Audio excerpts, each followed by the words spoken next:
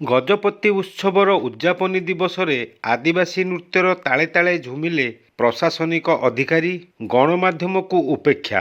ଗଜପତି ଉତ୍ସବର ଉଦ୍ଯାପନୀ ସନ୍ଧ୍ୟାରେ ଉପଜିଲ୍ଲାପାଳ ଅନୁପ କୁମାର ପଣ୍ଡାଙ୍କ ଅଧ୍ୟକ୍ଷତାରେ ଅନୁଷ୍ଠିତ ହୋଇଥିଲା।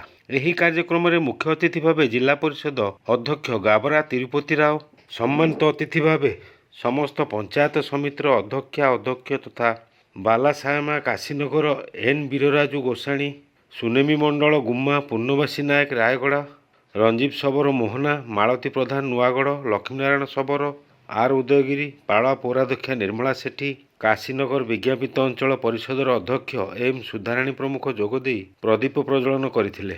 ସ୍ଥାନୀୟ ଉତ୍କଳ ହିତୈଷିଣୀ ପରିଷଦର କଳାକାରମାନେ ପ୍ରାରମ୍ଭିକ ସଙ୍ଗୀତ ପରିବେଷଣ କରି ଏହି ଅବସରରେ ତହସିଲଦାର ଶରତ ଶବର, ଗୁମ୍ମା, ନାରାୟଣ ବେହେରା, ପାଳଖେମୁଣ୍ଡି ପ୍ରମୁଖଙ୍କୁ ପ୍ରଶାସନିକ କ୍ଷେତ୍ରରେ ସେମାନଙ୍କର ଉଲ୍ଲେଖନୀୟ ସଫଳତା ପାଇଁ ସମ୍ବର୍ଦ୍ଧିତ କରାଯାଇଥିଲା।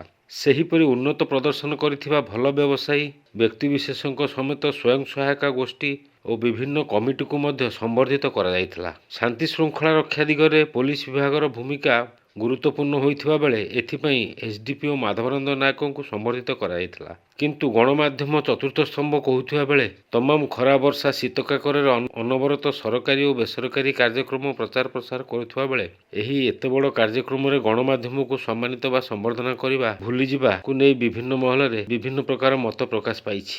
ତେବେ ଆଦିବାସୀ ନୃତ୍ୟର ତାଳେ ତାଳେ ଉପଜିଲ୍ଲାପାଳ, ଅତିରିକ୍ତ ଜିଲ୍ଲାପାଳଙ୍କ ସମେତ ବହୁ ଜିଲ୍ଲାସ୍ତରୀୟ ଅଧିକାରୀ ଓ ପ୍ରଶାସନିକ ଅଧିକାରୀ ନୃତ୍ୟ କରିଥିଲେ। ଗଜପତିରୁ ବିବେକାନନ୍ଦ ବେହେରାଙ୍କ ରିପୋର୍ଟ, ଖୋଲା ଖବର ଟିଭି।